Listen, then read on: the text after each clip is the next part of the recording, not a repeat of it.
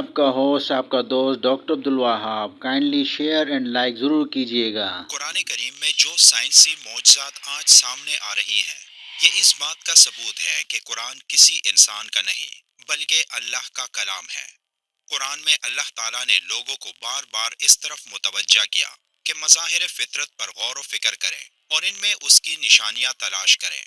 قرآن کریم کی ایک آیت میں اللہ نے اس دنیا کی سب سے حقیر اور کمزور مخلوق کی مثال بیان کی ہے، جس میں موجودہ مطلب کو سمجھ کر ایک انسان اس دنیا کا اصل مطلب جان سکتا ہے۔ تمام جانداروں میں یہ نشانیاں موجود ہیں، لیکن چند ایک خاص طور پر وہ ہیں جن کا ذکر اللہ نے قرآن پاک میں فرمایا، اور انہی جانداروں میں سے ایک مچھر ہے۔ جب قرآن پاک میں مکڑی اور مکی کی مثال بیان ہوئی تو مشرک کہنے لگے کہ بھلا ایسی حقیر چیزوں کے بیان کی قرآن جیسی اللہ کی کتاب میں کیا ضرورت؟ تب اللہ نے ان کے جواب میں یہ آیات نازل فرمائی۔ اللہ تعالیٰ اس بات سے بالکل شرم اور ندامت محسوس نہیں کرتا کہ وہ کسی مچھر کی مثال بیان کرے یا اس کے اوپر کی کسی چیز کی۔ جو مومن ہیں وہ یقین کرتے ہیں وہ ان کے پروردگار کی طرف سے سچ ہے، اور جو کافر ہیں وہ کہتے ہیں کہ اس مثال سے خدا کی مراد ہی کیا ہے۔ اسی طرح اللہ ایک ہی بات کے ذریعے بہت سے لوگوں کو گمراہ ٹھہراتا ہے اور بہت سے لوگوں کو ہدایت دیتا ہے، اور اس سے صرف انہی کو گمراہی میں ڈالتا ہے جو پہلے سے ہی نافرمان ہیں۔ مچھر بے شک ایک معمولی اور غیر اہم سا جاندار ہے، مگر اس پر غور و فکر کیا جائے تو اس میں بھی اللہ کی بہت ساری نشانیاں دیکھنے کو ملتی ہیں۔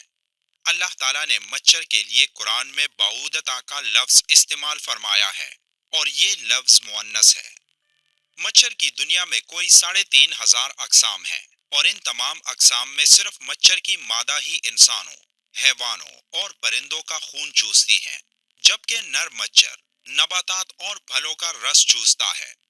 سوال یہ پیدا ہوتا ہے کہ مچھر کی جنسی شناخت تو آج کی میڈیکل سائنس کا کارنامہ ہے کہ آج ہمارے پاس ایسی جدید خوردبین ہے جو کسی شے کو ہزاروں اور لاکھوں گنا بڑا کر کے دکھاتی ہیں، جبکہ قرآن نے بعودتا کا لفظ بول کر 1450 سال قبل بتا دیا کہ وہ مچھر جس سے انسانوں کو تکلیف پہنچتی ہے وہ مادہ مچھر ہے، نر نہیں ہے۔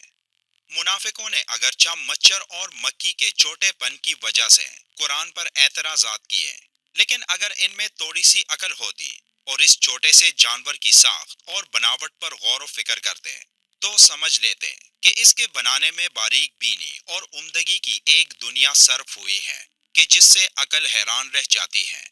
امام جعفر صادق اس چھوٹے سے حیوان کی خلقت کے بارے میں ارشاد فرماتے ہیں، اللہ نے مچھر کی مثال دی ہے، حالانکہ وہ جسامت کے لحاظ سے بہت چھوٹا ہے، لیکن اس کے جسم میں وہ تمام آلات اور اعضاء ہیں جو خشکی کے سب سے بڑے جانور کے جسم میں ہیں، یعنی ہاتھی، اور اس کے علاوہ بھی اس کے 2 عضو یعنی سینگ اور پر ہیں جو ہاتھی کے پاس نہیں۔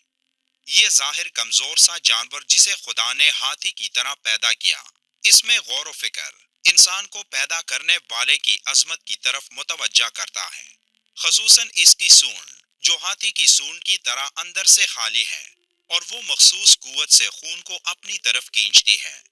یہ اتنا حساس ہوتا ہے کہ صرف کسی چیز کے اٹھنے سے خطرہ محسوس کر لیتا ہے اور بڑی تیزی سے اپنے آپ کو خطرے کی جگہ سے دور لے جاتا ہے، اور تعجب کی بات یہ ہے کہ انتہائی کمزور ہونے کے باوجود بڑے سے بڑے جانور کو عاجز کر دیتا ہے۔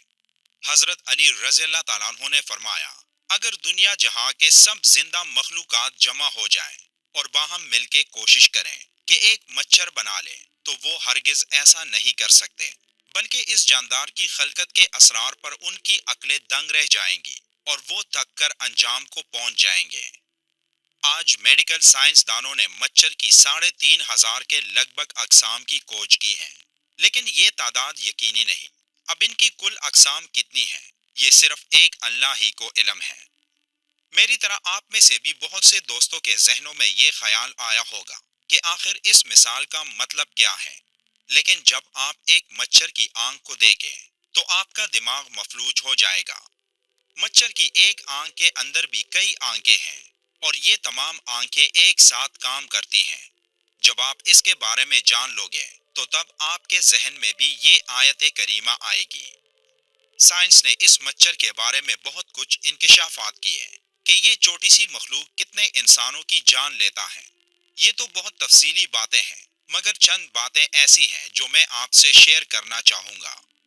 مچھر کی 100 آنکھیں ہیں جو سب کے سب اس کے سر میں ہیں۔ ایک مچھر کے 48 دانت ہیں۔ اس کے 3 دل ہیں اور تینوں مختلف قسم کے ہیں۔ مچھر کے سونڈ میں 6 چریاں ہیں اور ہر چری کا اپنا کام ہے۔ مچھر کے دونوں طرف 3/3 پر ہیں۔ مچھر کے اندر حرارت کا پورا نظام ہے اور اسی کے ذریعے یہ انسانی جلد کی رنگت کو تاریکی میں پہچانتا ہے۔